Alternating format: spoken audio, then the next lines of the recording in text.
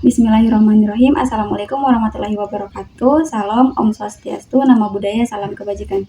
Perkenalkan, nama saya Mawar dengan NIM A321220111 dari kelas A. Untuk memenuhi tugas mata kuliah kriminologi, di sini saya akan memaparkan hasil resume saya dengan pembahasan pertama yaitu kriminologi dan hubungannya dengan ilmu-ilmu kejahatan lainnya. Menurut Prof. Noah membagi kriminologi dalam dua bagian. Yang pertama yaitu kriminologi Zen, yang artinya kriminologi dalam arti luas. Yang kedua yaitu kriminologi Enjizen, yang artinya kriminologi dalam arti sempit. Di pembahasan kedua yaitu mengenai hubungan kriminologi dan ilmu-ilmu pengetahuan yang membantu. Di dalamnya yaitu terdapat ilmu pengetahuan. Kriminologi adalah falsafah kemanusiaan. Selanjutnya ilmu pengetahuan membantu yaitu psikologi, psikiatri, dan antropologi. Ilmu pengetahuan bagian, dan yang terakhir ilmu pengetahuan berbatasan. Dalam pembahasan yang ketiga yaitu mengenai kegunaan dan manfaat kriminologi. Ada manfaat yang pertama yaitu manfaat pribadi, bisa mengelakkan diri agar tidak termakan oleh kejahatan. Yang kedua yaitu manfaat untuk masyarakat, memberi kesadaran bahwa pada dasarnya kejahatan merugikan dan membahayakan masyarakat. Dengan manfaat yang terakhir yaitu manfaat ilmiah, perkembangan kriminologi akan berpengaruh bagi perkembangan dan kemajuan ilmu-ilmu pengetahuan lainnya. Di pembahasan keempat yaitu mengenai kejahatan. Dimulai dengan pengertian kejahatan secara etimologi. Kejahatan adalah setiap perbuatan atau tindakan yang salah yang dilakukan oleh manusia. Yang kelima yaitu pembahasannya mengenai angka kejahatan berdasarkan klasifikasi.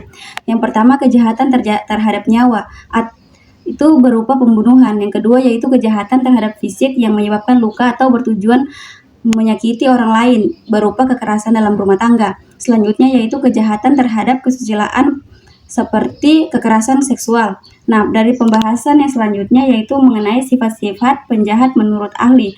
Saya mengambil menurut C.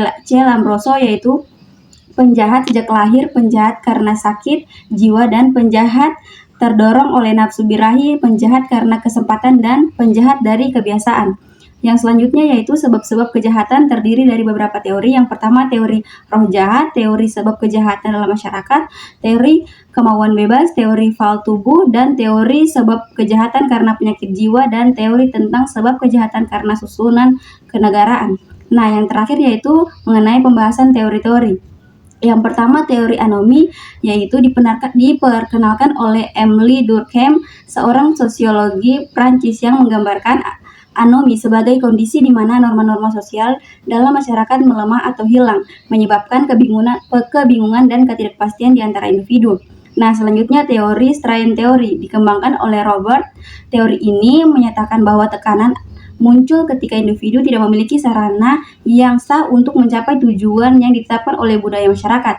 Nah, yang selanjutnya yaitu mengenai teori asosiasi yang dikemukakan oleh Edwin. Teori ini menyatakan bahwa perilaku kriminal mempelajari melalui interaksi dengan orang lain. Yang selanjutnya yaitu teori kontrol sosial. Teori ini berfokus pada norma-norma sosial. Nah, teori selanjutnya yaitu containment teori, dikembangkan oleh Walter. Teori ini menyatakan bahwa ada dua jenis pengendalian yang membantu individu menghindari perilaku menyimpang.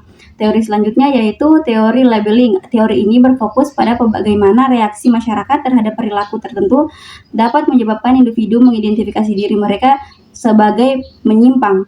Nah, teori yang terakhir yaitu teori konflik. Teori ini berpendapat bahwa hukum dan definisi kejahatan ditentukan oleh kelompok-kelompok yang berkuasa dalam masyarakat untuk mempertahankan kepentingan mereka. Sekian dari saya. Assalamualaikum warahmatullahi wabarakatuh.